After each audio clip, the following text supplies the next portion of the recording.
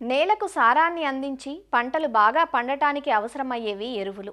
దిగుబడి వస్తుంది కదా అని అధిక మోతాదులో రసాయన ఎరువులను వేస్తే భూమి ఫలదతను కోల్పోతుంది. అందుకు భిన్నంగా నేల ఆరోగ్యాన్ని కాపాడి దిగుబడులను పెంపొందించేవి సేంద్రియ ఎరువులు.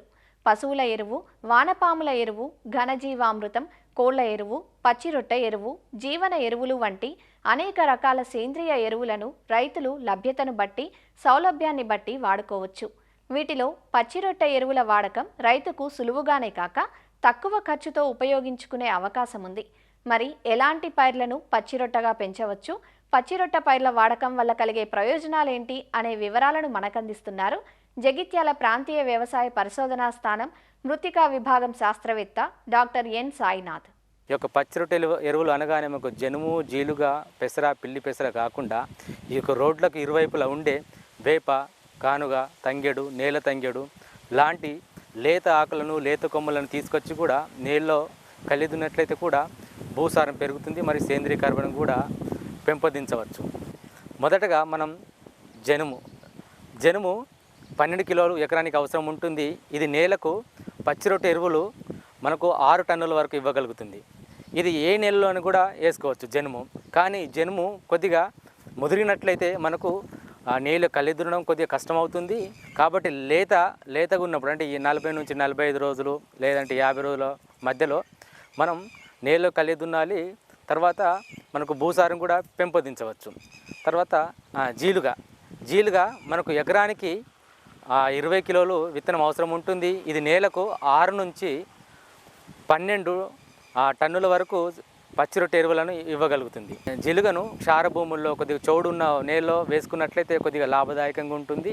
ఈ పెసర, పిల్లి పెసర మనకు పంటగా ఉపయోగించుకోవచ్చు. ఆ విధంగా పంట అయిపోయిన తర్వాత విత్తనం తీసుకున్న తర్వాత దాని యొక్క వ్యర్థాలను నేలలో కలిగి ఉన్నట్లయితే కూడా మనకు పచ్చిరొట్టె ఎరువుగా ఉపయోగపడుతుంది. దీనివల్ల సేంద్రీయ కర్బనం కూడా నేలకు యాడ్ అవుతుంది. ఇవే కాకుండా మనకు రోడ్ల పైన అక్కడక్కడ దొరికే వేప లాంటివి దాన్ని కూడా మనం నేలలో లేత కొమ్మలను, లేత ఆకులను కొద్దిగా బయట నుంచి తీసుకొచ్చి మనం ఎక్కడ కావాలో నేలలో అక్కడ వేసుకొని కలిదున్నట్లయితే కూడా చాలా ఉపయోగాలు ఉన్నాయి. తర్వాత తంగెడు కానీ, కానుగ కానీ, జిల్లెడు కానీ, నేల తంగెడు కానీ ఇటువంటి లేత ఆకులను, లేత కొమ్మలను నేలలో కలుపుకోవచ్చు. లేదా మన గట్లపైన కూడా ఇటువంటి పెట్టుకొని ఇప్పుడు అవసరం ఉన్నప్పుడు కూడా ఆ లేత కొమ్మలు, లేత ఆకులను మనం నేలలో కలుపుకోవచ్చు. ఈ యొక్క పచ్చిరొట్టె ఎరువులను కొన్ని సూచనలు పాటించాలి. ఏంటంటే పచ్చిరొట్టె ఎరువులను ఎప్పుడైనా మనం 40 నుంచి 50 రోజుల మధ్యలోనే నేలలో కలిదున్నాలి. అంటే 50% పూర్తి దశలో నేలలో కలిదున్నాలి. తర్వాత తొలకరి వర్షాలు కురిసినప్పుడు నేలలో చల్లుకోవాలి. లేదా పెసర లాంటి పంటను వేసుకున్నట్లయితే మనకు విత్తనం కూడా ఉపయోగపడుతుంది. దాని యొక్క వ్యర్థాలను కూడా నేలలో కలిదున్నుకోవచ్చు. దీని యొక్క ప్రయోజనాలను చూసుకున్నట్లయితే నేలలో సేంద్రీయ కర్బనం పెరుగుతుంది. దాంతోపాటు స్థూల పోషకాలు, సూక్ష్మ పోషకాలు కూడా నేలలో పెరిగిపోతాయి. అదేవిధంగా లభ్యం కాని స్థితిలో ఉన్న పోషకాలు కూడా లభ్య స్థితిలోకి వస్తాయి. అదేవిధంగా నీటి నిల్వ సామర్థ్యం కూడా పెరుగుతుంది. అదేవిధంగా ఈ యొక్క సూక్ష్మ పోషకాలు కూడా ఏమైనా ప్రాబ్లం ఉన్నట్లయితే కూడా వీటిని మనం నేలలో కలిగి ఉన్నప్పుడు సూక్ష్మ పోషకాలు కూడా మనకు నేలకు అందజేయబడతాయి. ఈ యొక్క పచ్చిరొట్టె ఎరువులు నేలకు 25 నుంచి 50 కిలోలకు నత్రజని అందిస్తాయి.